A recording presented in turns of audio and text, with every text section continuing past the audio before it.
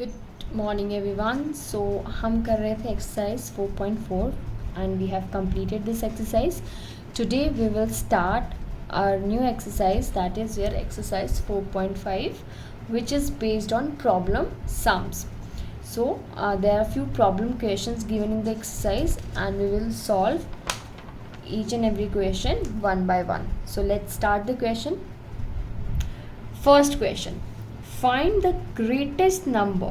यहाँ पे just underline the word greatest. Okay, so find the greatest number which divides 18 and 24 exactly. आपको वो greatest number find out करना है जो divide करता है किसको, 18 and 24 को, exactly उसको completely divide करता है. ठीक है. So remember one thing, जब भी आपसे question में greatest number पूछा जाएगा, then you have to find out the HCF of that particular number, that is highest common factor. आपको highest common factor find out करना है उन numbers का. ठीक है, जब भी आपसे greatest number पूछा जाएगा. और इसी का उल्टा जब आपसे least number पूछा जाएगा तब आपको LCM फाइंड आउट करना है. ठीक है, सो ये दो चीज़ें आपको ध्यान रखनी है. जब भी greatest number HCF, least number पूछा जाएगा तो लोवेस्ट कॉमन फैक्टर, जो लीस्ट कॉमन फैक्टर होता है वो आपने फाइंड आउट करना है. सो क्वेश्चन 1 में आपसे पूछा गया है find the greatest number which divides 18 and 24 exactly. तो HCF में हम क्या करते थे, हम जो बिगर नंबर है उसको डिवाइड करते थे स्मॉलर नंबर पे. तो इसमें हम क्या करेंगे, 24 को डिवाइड करेंगे 18 से. 24 divided with 18. 18 ones are 18.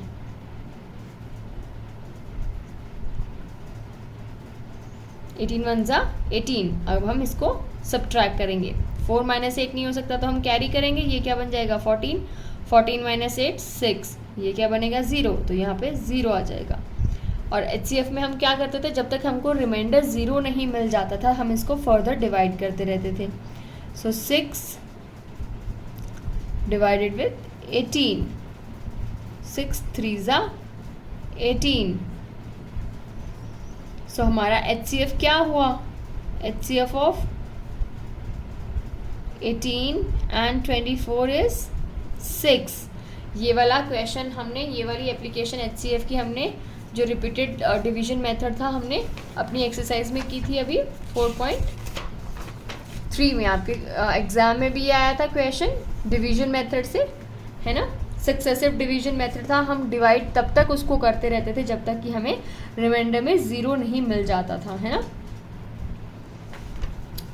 चलिए question 2. Two big packets of book contain 54 and 84 books respectively. So क्या है, दो बड़े बड़े पैकेट्स हैं किसके, बुक्स के. ठीक है, दो कंटेनर पैकेट्स हैं बड़े बड़े उसमें. तो उनमें क्या है, बुक्स हैं. एक जो बॉक्स है, वन बॉक्स है उसमें कितनी बुक्स हैं 54. और दिस वन मोर बॉक्स, उसमें कितनी बुक्स हैं 84. ठीक है, सो ये लाइन हमें क्वेश्चन की क्या कहती है, 2 big packets of book contain 54 and 84 books respectively. दो पैकेट हैं हमारे पास, एक में 54 बुक्स हैं, एक में 84 बुक्स हैं. ठीक है, these books are to be packed into small packets. अब इन जो बुक्स का जो ये कंटेनर, ये बड़े बड़े जो पैकेट्स हैं, इन बुक्स को हमें कहाँ करना है, पैक करना है किसमें, स्मॉल पैकेट्स में, जिनमें कि सेम नंबर ऑफ बुक्स आएंगी. तो इनको हमें क्या करना है, स्मॉल में डिवाइड कर देना है, जिसमें सेम सारे बॉक्सेस में सेम नंबर ऑफ बुक्स होनी चाहिए. How many maximum number of books can be packed in each small packet.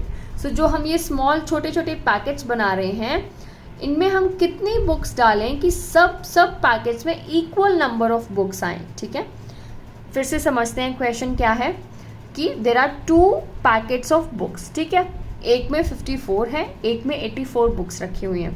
अब क्वेश्चन में ये बोला गया है कि आपको छोटे छोटे बॉक्सेस बनाने हैं. ठीक है, इन दोनों को मिला के छोटे छोटे बॉक्सेस बनाने हैं. बट अब इन जो छोटे वाले बॉक्सेस हैं उसमें आप सेम नंबर ऑफ बुक्स डालेंगे, सब में सेम होना चाहिए। अगर इसमें 2 है तो इसमें भी 2, इसमें भी 2, इसमें भी 2, इसमें भी 2, इसमें भी 2, सब में 2 होनी चाहिए, ठीक है। तो आप इसको किस तरीके से निकालेंगे कि आपको सेम नंबर ऑफ बुक्स मिलेंगे इसमें, ठीक है।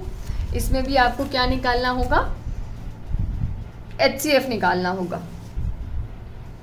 सो we will start. 2 big packets हैं हमारे पास। सो एक में कितनी 84। सो जब सक्सेसिव डिवीजन मेथड हम यूज़ करते हैं तो सबसे पहले जो बिगर नंबर है उसको हम स्मॉलर नंबर से डिवाइड करते हैं। सो 84 divided with 54। So 84 divided with 54। So 54 one ज़ा 54। 4 माइनस 4 0, 8 माइनस 5 3, 30 आ गया। अब हम इसको फर्दर डिवाइड करते जाएंगे, 54 से डिवाइड करेंगे। ये सक्सेसिव डिवीजन मेथड हमने अभी किया था, है ना। सो 30 वन ज़ा 30, 4, 5 माइनस 3 2, 24। 24 को फर्दर हम 30 से डिवाइड करेंगे तो 24 वन ज़ा 24, क्या आया 10 बन गया। ये 10 माइनस 4 6, ये था 2, 0 हो जाएगा। 6 आ गया। अभी भी हमारे पास रिमाइंडर 0 नहीं आया, इसीलिए हम इसको डिवाइड करते जाएंगे। 24, 6 3 ज़ा 24, 0 आ जाएगा रिमाइंडर इसके बाद हमें। सो हमारा HCF क्या हुआ 6। हमारा HCF इसमें कौन सा नंबर होता है, जो लास्ट में जिस नंबर से हमने डिवीजन किया और हमारा रिमाइंडर 0 आ गया, वो हमारा HCF होगा, ठीक है। So HCF of 54 and 84 is equals to 6। क्या होगा HCF 54 और 84 का 6 होगा, ठीक है। चलिए let's do question number 3।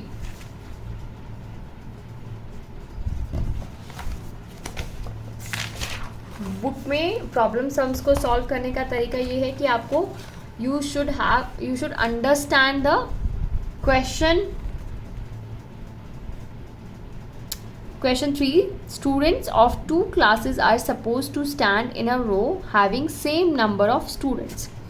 Students of 2 classes, ठीक है, 2 क्लासेस हैं जिनमें जो बच्चे हैं उनको एक रो में खड़ा होना है और उस रो में सेम नंबर ऑफ स्टूडेंट्स होने चाहिए, ठीक है। चलिए इसको भी एक हम डायग्राम बना के ईजी वे में समझेंगे। देखिए यहाँ पे है क्लासेस, 4th है और ये क्लास 5th है, ठीक है।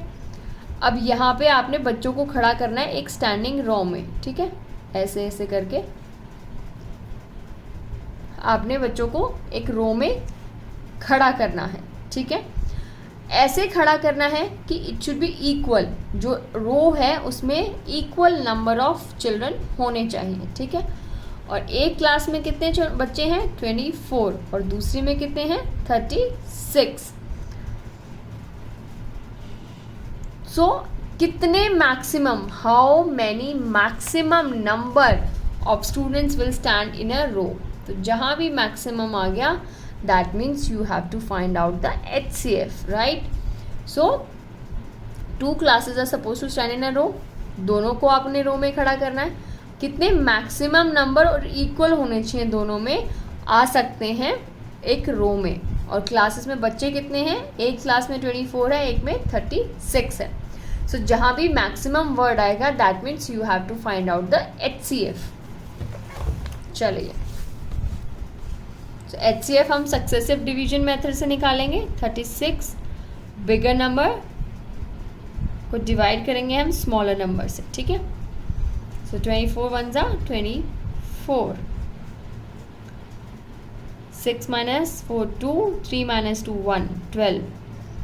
इसको अगेन हम डिवाइड करेंगे 24, डिवीजन हमारा डिविडेंड बन जाएगा। सो 12 2 24।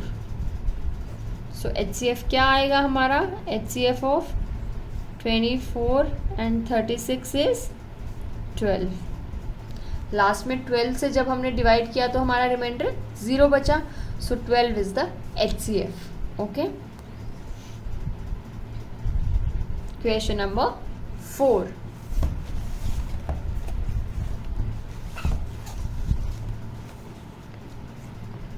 A shopkeeper sold mathematics books for ₹108 on Monday. एक शॉपकीपर है, उसने मैथमेटिक्स की बुक्स को सोल्ड किया कितने रुपीस में? 108 रुपीस में मंडे को, एंड 484 ऑन ट्यूसडे. और सेम बुक को उन्होंने सेल किया 84 रुपीस में ट्यूसडे को. What can be the maximum price of each book? दोनों बुक्स का जो मैक्सिमम प्राइस है वो क्या हो सकता है? ठीक है. एक शॉपकीपर था, उसने मंडे को सेल किया बुक को 108 रुपीज़ में और ट्यूसडे को सेम बुक को 84 रुपीज़ में. सो मैक्सिमम प्राइस क्या हो सकता है? वो बुक उसने सेल की थी उसका प्राइस क्या हो सकता है? You have to find out that. So maximum find out करना है कि मैक्सिमम कितना हो सकता है. सो जहाँ भी मैक्सिमम आएगा that means you have to find out HCF. चलिए, मंडे को price of book on Monday कितना था?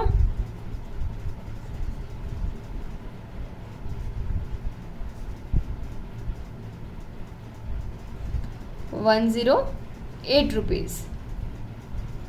और ट्यूसडे को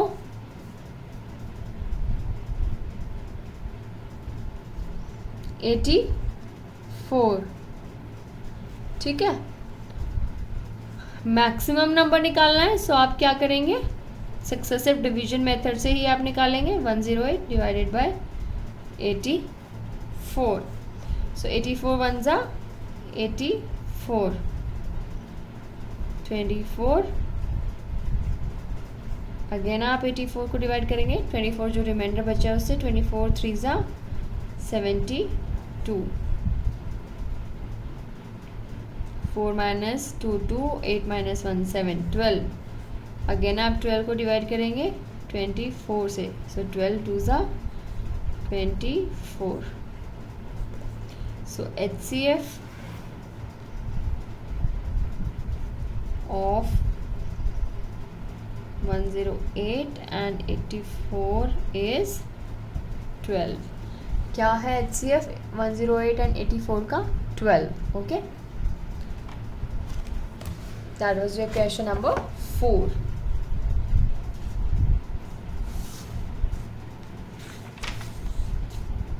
चलिए, let's start with question number 5.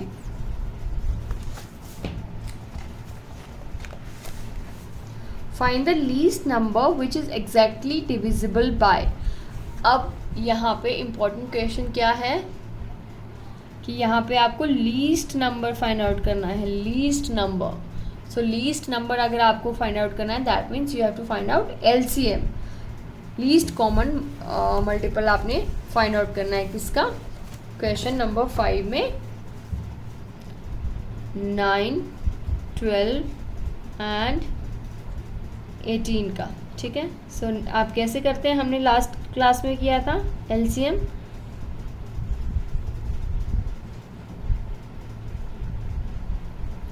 Three पे जाएगा बिकॉज 3 से 9, 12 और 18 तीनों नंबर डिविजिबल हैं. सो 3 3 ज़ा 9, 3 4 ज़ा 12 एंड 3 6 ज़ा 18. अभी आपको इसको 2 से हम इसको डिवाइड करेंगे बिकॉज दो नंबर एटलीस्ट 2 नंबर्स डिविजिबल होने चाहिए ना. सो 3 डिविजिबल नहीं है तो 3 ऐसे के ऐसे एज इट इज़ आएगा. 4 है, 2 2 ज़ा 4 एंड 2 3 ज़ा 6. अगैन 3 से हम डिवाइड करेंगे because 2 numbers 3 are divisible by with 3.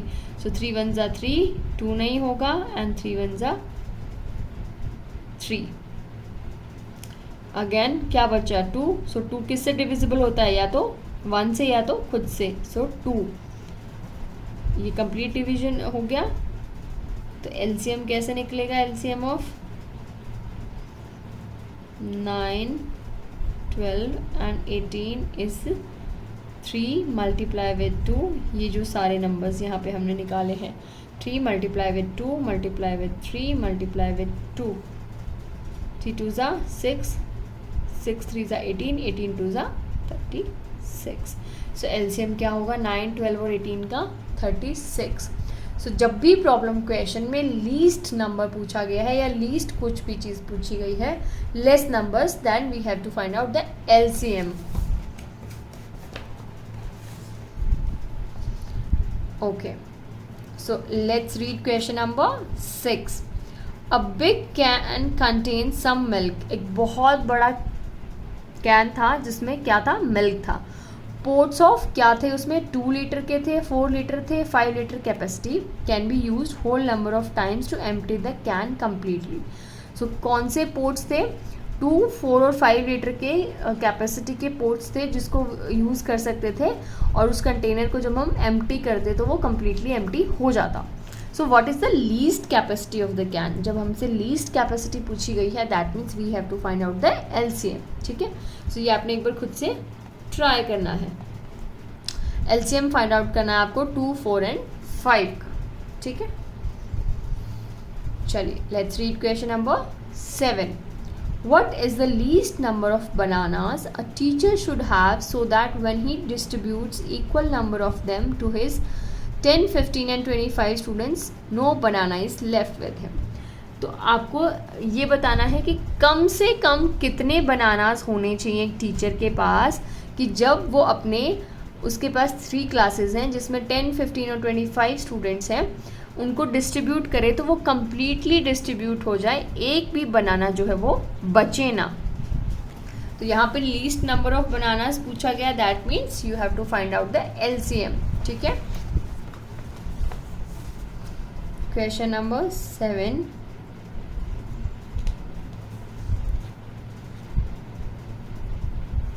Number of children,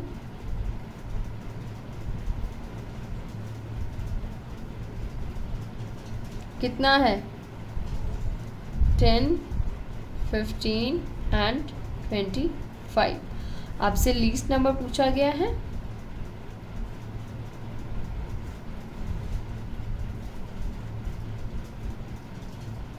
five से डिवीजन होगा इसका, है ना. 5 से all 3 numbers are divisible by 5. सो 5 2 ज़ा 10, 5 3 ज़ा 15, 5 5 ज़ा 25. 2, 3 और 5 ऐसे नंबर बचे जो या तो खुद से डिवाइड होते हैं या तो सिर्फ 1 से होते हैं. सो एलसीएम क्या होगा, 10, 15 and 25 is 5 multiply with 2 multiply with 3 multiply with 5. 5 2 ज़ा 10, 10 3 ज़ा 30, 30 5 ज़ा 150. सो एलसीएम क्या होगा, 10, 15 और 25 का 150. क्वेश्चन 7 था ये. Question number 8. 3 bells ring at intervals of 15, 20 and 30 minutes. 3 bells आपके जैसे स्कूल में रिंग होती हैं बेल्स, वैसे ही 3 bells रिंग होती हैं कितने कितने टाइम के बाद.